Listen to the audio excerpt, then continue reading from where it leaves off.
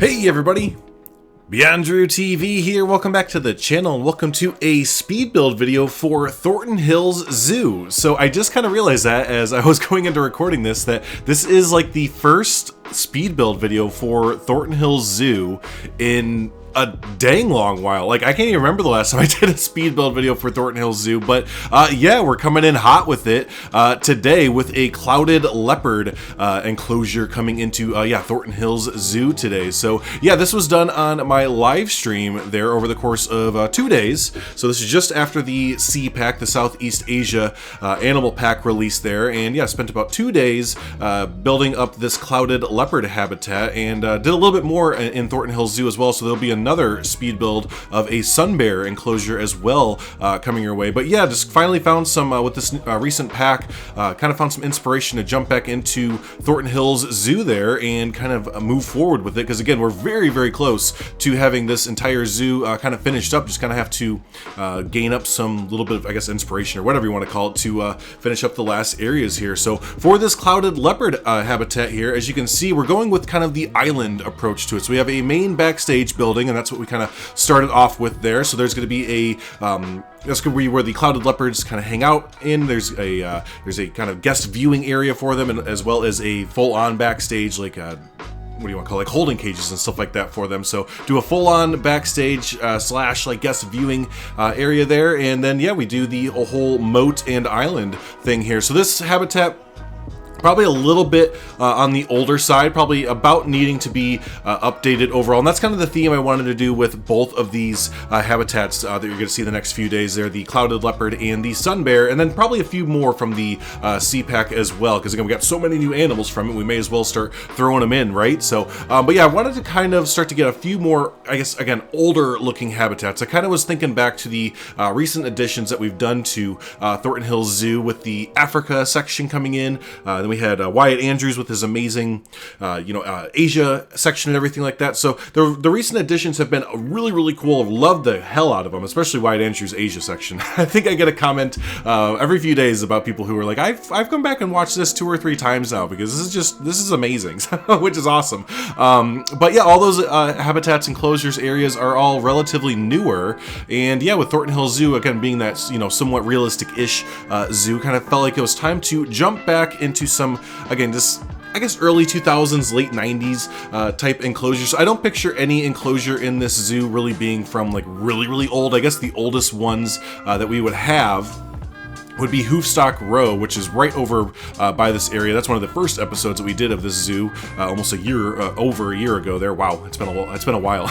We got to wrap this up. But yeah, so those are probably the older or the oldest habitats over in this the entire zoo, or the Hoofstock Row, because they're very basic. But yeah, and all the other older quote unquote habitats I would think would be from the 90s to early 2000s, with a lot of that moat and trench system. From the little bit of research I've been doing over my time with Planet Zoo, it seems like the moat and trench system that we kind of have going here is kind of the, like, not the newest like version of zoo enclosures, but like one generation back, or maybe like 2 generations back kind of thing. It's been really interesting to learn about zoo enclosures and just how they've like evolved over time, and the general thinking that we as humans have towards zoo and everything. It's just really fun to kind of look into that stuff. And even though I'm just a builder, you kind of have to look into those kind of things to see what kind of things do I need to build, where there's what real life inspiration do I need to take from, and we take from real world zoos, so it's always fun to see the direction that they are going there. So something else to note here, we're going to be starting to pause every once in a while. I'll try to edit out a lot of this, but with the new 1.5 update there, we also have billboards in the game now. And with billboards comes, again, a lot of kind of in-moment ideas, basically, where kind of think like, as we're building around here, oh, I need a clouded leopard informational sign or something like that, or hey, I need a sun bear sign or something like that. So now with the new billboards, instead of kind of thinking, oh, I need to go make a clouded leopard sign and all that, you kind of shift your thinking to, for me at least, go look on Google Images and look up you know, images and all that kind of fun stuff that's from real world zoos. But a lot of you who are really good at like Canva and Photoshop and stuff have been making your own custom zoo billboards and images for your, images and videos for billboards and stuff. And they look so good. I have to learn how to be better at those kind of things, because I want to make a bunch of cool custom signs for Thornton Hills Zoo and all the enclosures and stuff like that, because it just looks so much better. So again, yeah, you're gonna see me pause every once in a while. Again, try to edit out you know, a lot of that kind of stuff there, but some of the stuff I missed there. But yeah, you'll see a lot of pausing when I'm basically alt-tabbing over to Google there and looking up some different signs to put in. So but yeah, when we get a real-time look at the entire habitat here, you'll notice a lot of the billboards and other things like that. But yeah, there's been a lot of really fun billboard ideas that have been coming out. Again, you know, I think the first one that everyone has jumped onto, which is perfect, is the aquariums. I think I see a new aquarium coming out every single day, where people are, you know, basically just either going on YouTube or finding GIFs or just still images of background aquariums, or just looped aquariums and stuff like that. And yeah, so that's really fun to see, and you know, just really fun to see everyone's, you know, new ideas coming with the billboards, because I've said it a few times here where billboards are so important for Planet Zoo. I've always said that Planet Zoo, out of the two games between Planet Zoo and Planet Coaster, Planet Zoo definitely needed billboards way more than Planet Coaster did. It's awesome that, you know, they were introduced in Planet Coaster, but the fact that we didn't have billboards right out the gate for Planet Zoo was just like, ugh, that hurt so bad, because yeah, I knew how useful these things would be for zoos there. And yeah, now we're seeing it with people, again, making custom signs for their zoos, you know, making custom videos, downloading really cool aquarium sets, or just new water, a whole bunch of just the possibilities are endless now with the billboards in zoos. And yeah, they're just very useful in zoos with all the signage that you have to put up there. So but yeah, moving on with the habitat here, we're actually moving forward to building up the main habitat here, and this main climbing structure may start to look a little bit familiar to start out, because it is the same climbing structure that I basically did for the sun bear in a video that I uploaded a few days ago. Reason I'm kind of redoing it is because this is post, I mentioned it in the sun bear video, but this is after I realized I don't have that save file anymore. Basically the really cool climbing structure and the sun bear habitat and everything, as of this time recording this, it had been gone. So yeah, I didn't have that climbing structure anymore. I really liked it, so yeah, just kind of did a second attempt at it. To be honest with you, I really liked the first attempt more, and I think I'm going to go back through and redo this again for a third time. Man, I really wish I could get that. I hope I get that first save file back, because that climbing structure I made for the sun bear in the recent video was really good. Like, it was spot on how I wanted it to be. So yeah, hopefully I can get that back. If not, though, like I said, I might take a take three podcasts, take three on this climbing structure in the middle. The clouded leopards can climb all over it. They can get up to the hammock up top there, which is really cool. But again, this doesn't quite look right. It looks a little bit too bulky for my liking there. So I think I'll switch out some of those big, the big log support structures there for some more kind of smaller looking ones there. So. And here we go, as we're starting to put in the foliage for the area. Quickly realized after a little bit of research with the clouded leopards that, of course, you know, these being bigger cats or whatever, they will tear up trees. So we are taking some of these tree protectors that I think they were from Wyatt, or maybe just generally from the workshop there. But anyways, these really amazing tree protectors that I've been using from like South America section. That's where I went over real quick to the South America section to grab these little tree protectors. But yeah, basically just so the trees don't get entirely just destroyed, right?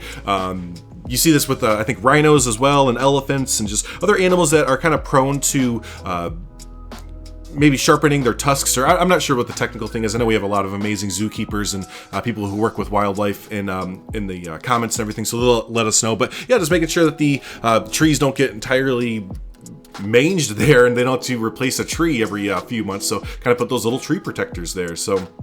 Next up here, we are switching out the building's main material from the kind of breeze block to this go away green plaster. So can't remember how much I've talked about that on for Planet Zoo, but kind of bring it up here. But yeah, go away green. That is a old, I don't know if it exactly started with Disney. I think actually, I think it started with Disney, and they basically, yeah, they started doing all of their backstage buildings in this go away green building. It's either go away green or go away sky, essentially. So you get this kind of foresty type green. I don't know the exact hex color, but if you kind of use your flexi color there, you can get it pretty close. But yeah, these buildings almost disappear once you kind of put some foliage next to them. And then I made it not disappear by putting some squiggly yellow lines. We kind of had the idea in chat, and I really liked it for a little bit.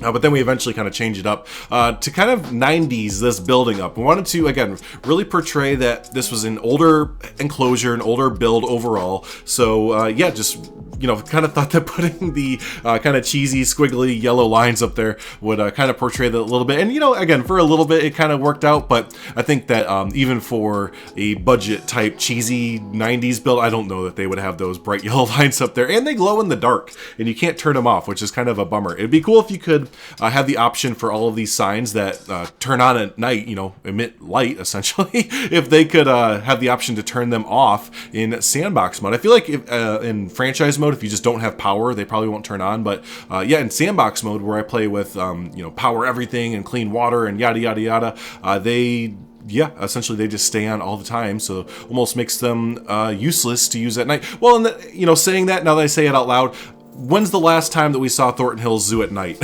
Right? Like, or when's the last time we saw almost anyone's zoo at nighttime? You don't see zoos at nighttime that often, right? So it's just, I guess, something you don't really think about. And speaking of that, I need to go back through.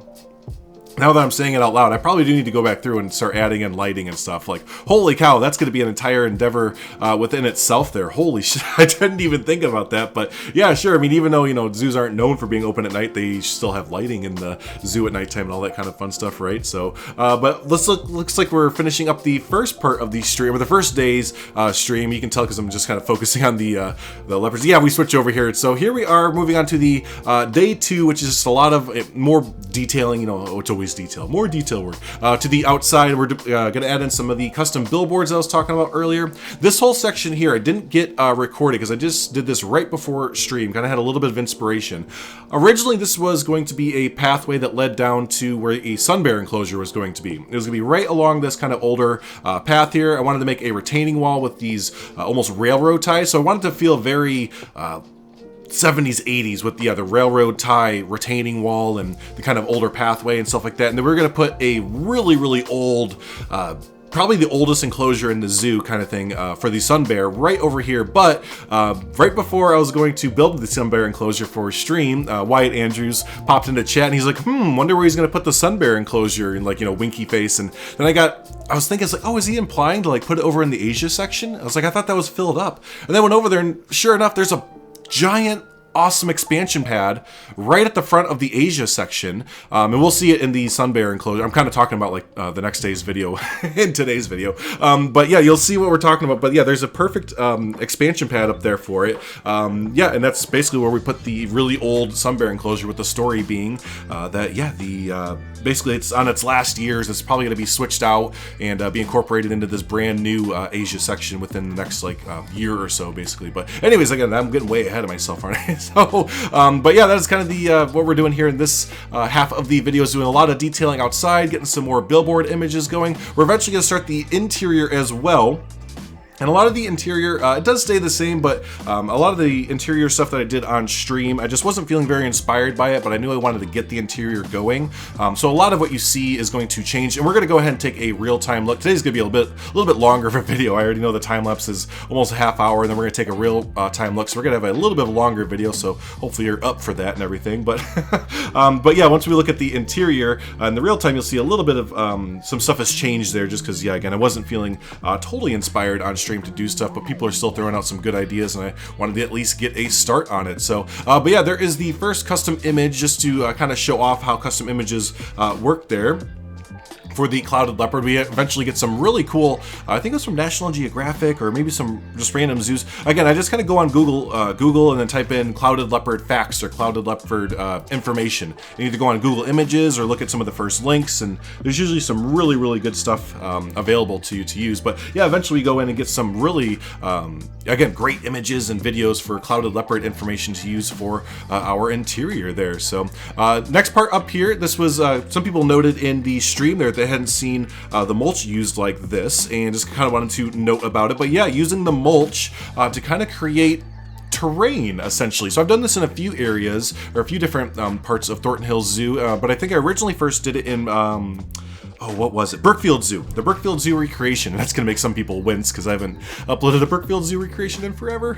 We'll talk about that in a second. But yeah, no, the first time I did this was in the Brookfield Zoo recreation, and I set a very tight space to work in, and there was a little mound between two pathways, and the terrain just wasn't going to work, so just kind of ended up using the mulch here as a substrate, essentially. So it's kind of built it up, and yeah, so that's kind of what we did there. Just wanted to quickly note that because, yeah, again, some people noted they hadn't seen that before. So yeah, don't forget, you kind of use the mulch as almost a second terrain tool, essentially, almost a modular terrain tool there. So, but yeah, speaking of the Brookfield Zoo recreation, I still get comments every once in a while, or messages, people asking, hey, you gonna do another episode of the recreation there? Because it's been, it's been a while. And the plan right now is no, but maybe. So that doesn't make any sense, but I still said it. So no, but maybe, only because I lost all inspiration because I haven't been to the zoo, Brookfield Zoo that is, in a long time. Like, when I started that up, I just kind of recently visited the zoo, maybe like a year or less before then. But yeah, so I had a lot of recent inspiration for it. But yeah, I haven't been to the zoo in a while. And then before this whole little pandemic thingy started, the plan was to go to Brookfield Zoo kind of a lot. And get a lot of backstage, or just really good photos of everything, and kind of just pull a Just Goron, if you all follow Just Goron in his Beaksbergen recreation, which is perfect. Yeah, that's kind of what I was gonna do, because I only live about 45 minutes from Brookfield Zoo there. But yeah, then, again, the whole pandemic thing happened, and just pretty much lost all inspiration because I hadn't been there in a while for the zoo there. So I haven't fully shut off the possibility of coming back to it, because I did just get my first round of vaccine shots. My wife just got her second, so she is in the clear. I'm going to be in the clear in about a month, and it's sounding like places are going to start opening up with either like if you have the vaccine, you can. I don't know how it works, but anyways, hopefully, now that more people are getting the vaccine and places kind of open up, hopefully the zoo can open up on a more normal level. I think right now what they have it as is, and it's totally understandable, it's you pay a season pass price, but the season pass is double what it is, so it's like $200 or $300, I think, for a season pass to get in or something like that now. And again, I totally get that. That's totally fine. Do what you got to do during these hard times. But hopefully, once the everything starts to open up a little bit more, we can afford to go to the zoo on a more normal level there and get some more inspiration. And again, I haven't been to a zoo.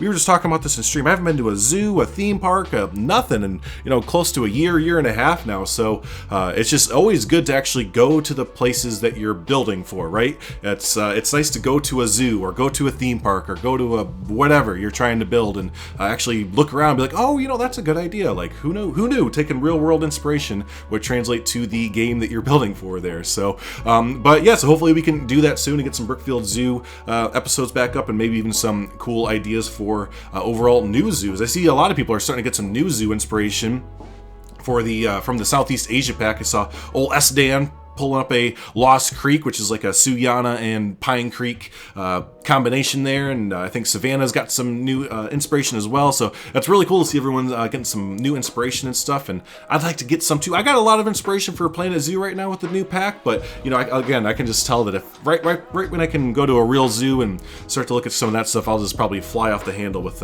new content there. So but anyways, I haven't really talked about the interior stuff because I don't know, it kind of seems pretty straightforward. Laid down the floor, put up some walls. We're doing very minimal theming. Again, we're not going overboard with theming. If this is your first time seeing a Thornton Hills Zoo episode, and you haven't noticed by now, it is a more budget style zoo where it's a zoo set in a city, so they don't have an unlimited, Disney Animal Kingdom budget or anything like that. So everything is kind of budget orientated, and the interior is still the same. Kind of cheap logs put on the wall. That the logging that wouldn't cost that much to kind of put up there and everything. So yeah, just everything's kind of budget conscious as we put it in. We're gonna put in a few little terrariums, and when I say little terrariums, yeah, we go ahead and again utilize the new billboards, and especially that 1 meter billboard. But look at Frank hanging out. Did you see Frank hanging out right there? What a lazy bum. But we utilize the 1 meter billboard, which is so perfect to have. I love it. Smaller the better.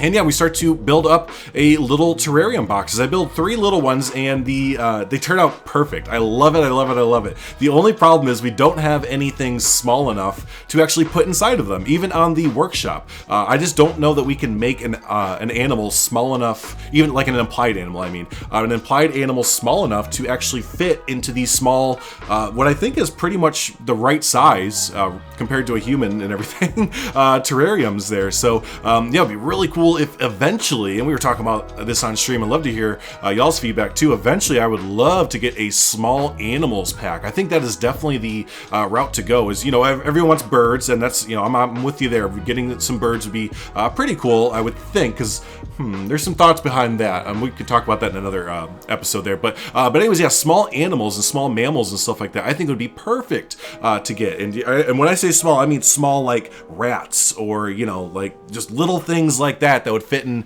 little terrariums. Because yeah, we were talking about that I think that's what Planet Zoo is missing. Is there's a lot of really big, you know, I'd say like A and B tier animals, like elephants and lions and polar bear, you know, really cool ones like that. Then B tier ones are, you know, just a little bit lesser than them. But we don't have anything that's like, I guess you'd say in-betweeners, like little in-betweener animals. And that's where a lot of the implied animals from like Drock and Zizi and Mealy, you know, they're awesome, again, like little rodents and just little birds and stuff like that. We just need some of those in-betweener kind of animals, don't we? And that would kind of help fill out, I think, a lot of people's zoos. Because, again, for zoos, you don't go from just, you know, all the big animals back to back. You kind of, you hit the lion maybe, and then you kind of go through a little trail, and oh look, there's, you know, a little aviary. There's, oh look, a little terrarium with this, and there's maybe a zookeeper talking about this little animal, and then oh hey, there's the elephant. So yeah, you need those little in-betweener animals there, and that's, you know, and this, as well as good for houses. If you're building a like an aviary house, or yeah, like this, a clouded leopard little viewing area, having these little terrariums that like, hey, you know, the clouded leopard lives here, and these animals that you might not know about also live here, and they're very small, and this is how they help the ecosystem. You know, just all those little kind of things like that. So I think it'd be really cool for the next few, if we're gonna keep getting animal packs, to get a like small animal pack or small mammals pack or something like that. So yeah, I'd be interested to see what everyone else thinks about that as well. But yeah, here we go, building the little terrariums out, and again, I think these turn out so great. The only thing is that I wish I could take the glass and scale it. There's so many times that people kept saying, oh, wouldn't it be great if you could scale that? I was like, stop it, they're different games. But yes, also, it would be great if we could scale it. So there's a few times where, yeah, people bring that up, and it's like, yes, I know, but also different games, so it's fine, it's whatever. maybe later on we can get a scaling option, the Planet games as well. So, but hey, tell you what, we are about to wrap up. Can't believe I just talked for almost 20-25 minutes there. That's crazy. Well, I guess I do that almost every day anyway. So, but anyways, yeah, thanks so much everyone for hanging out for this episode of Thorton Hills Zoo. Hope you did enjoy it there. And oh, what am I talking about? I'm wrapping up as if we're totally wrapped up. I'm going to bring you into a live section. Almost forgot about that entire thing there. So yeah, there's only like, I think 2 or 3 more minutes left on the speed build, and then we're gonna go ahead and jump into a live section and look at what the pretty much completed area looks like there. So yeah, I'll see you in just a minute.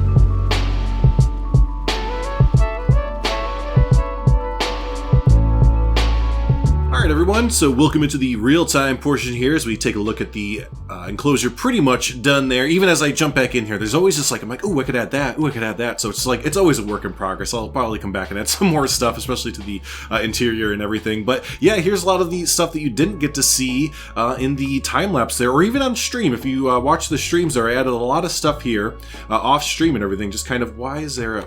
Why? Every time I come in, the seals get out even though they can't get... I don't understand. Just don't worry about Henry. I'm just assuming it's Henry. But yeah, there's a seal. Whenever I come into Thorton Hills Zoo, there's always one escaped. But anyways, yeah, here is the finished out enclosure there in the outside. There's one of our clouded leopards there. Game is paused right now just because it is a little bit laggy when I'm recording and all that fun stuff. Thorton Hills Zoo is really big. Did y'all know that? It is a huge zoo there. So... there is that, but let's head into the interior here. You can see what I have going there. And again, I feel like I want to do a little bit more in here, but really like how it has come out so far there. So yeah, here's the guest interior, and here's what I was talking about earlier with getting some more of the clouded leopard informational signs off Google Images there. But yeah, here's how it all turned out there. Here's some of our little terrariums here.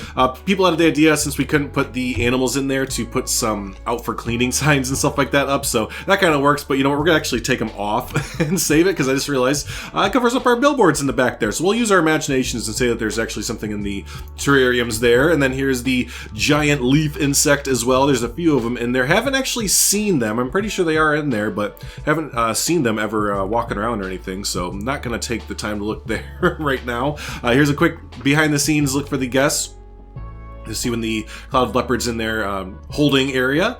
And yeah, here is the done up kind of guest viewing area here. So again, using the billboards as a backdrop there, and kind of used it all around where the guests can see. So I think that looks really, really cool. You see real zoos do this all the time, where they'll put like a fake jungle or forest or swamp or whatever kind of backdrop for the animals there to kind of simulate their environment and stuff. So, and then yeah, a lot of climbing structures, a lot of little saplings and stuff like that. So, and yeah, they can fully climb all over here, so it's pretty neat there.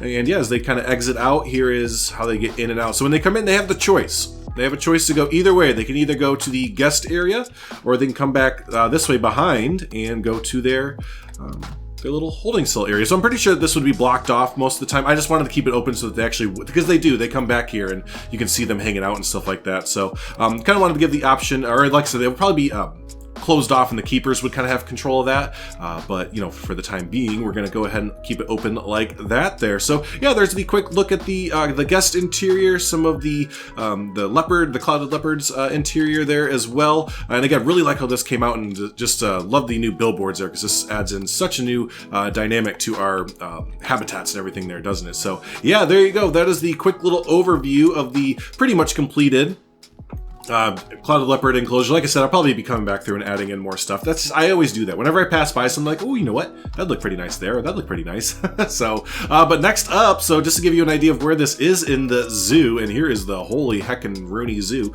Yeah, we only really have this little bit left to fill out in the backstage. But this is where we are in the zoo. So this area over here is the start of the petting zoo and the children's zoo and stuff like that. So that has been getting worked on. And then yeah, this is just a really random enclosure, because I just kind of thought that, yeah, we kind of need some more just random offbeat enclosures around the zoo, because everything is just kind of always in like a land or a section, so you don't really just see kind of off the path habitats. So this is supposed to be just a little off the path habitat there. But yeah, we have this big section right here open where the sun bear was gonna go. Not sure what to put there now, but maybe we'll use one of the new Southeast Asia animals there and put that in there. Maybe a binturong, or maybe the babirusa. Maybe two. We can maybe put two animals there. So again, I know we have the Asia section back there. It's pretty much filled in now all the way, so that'd be kind of a neat idea to put some of the Asian animals here. Maybe it's just like an old Asian section, right? And then they kind of did this big expansion in the back of the zoo. So some of the Asian animals are still hanging out in this section as they're still renovating or something. You know, little stories like that are always kind of fun to put in. So, but yeah, no, hey, again, that is going to do it for our clouded leopard enclosure and little overview of Thornton Hills Zoo. Though, real quick, let me know, what do you think about putting over in this section there? Doesn't have to be an animal. It could also be like a gift shop or something totally different too. If you have an off-the-wall kind of idea there, go ahead and let me know. Comment down below. But yeah, let's go ahead and wrap up there. So hey, this is your first time hanging out with us. Don't forget, hit the subscribe button there. Stay up to date with all the fun Planet Zoo stuff going on. Also hit the like button. Helps out the channel, helps out the video there. So hey, thanks so much everyone, as always, and we'll see you in the next video. Thanks.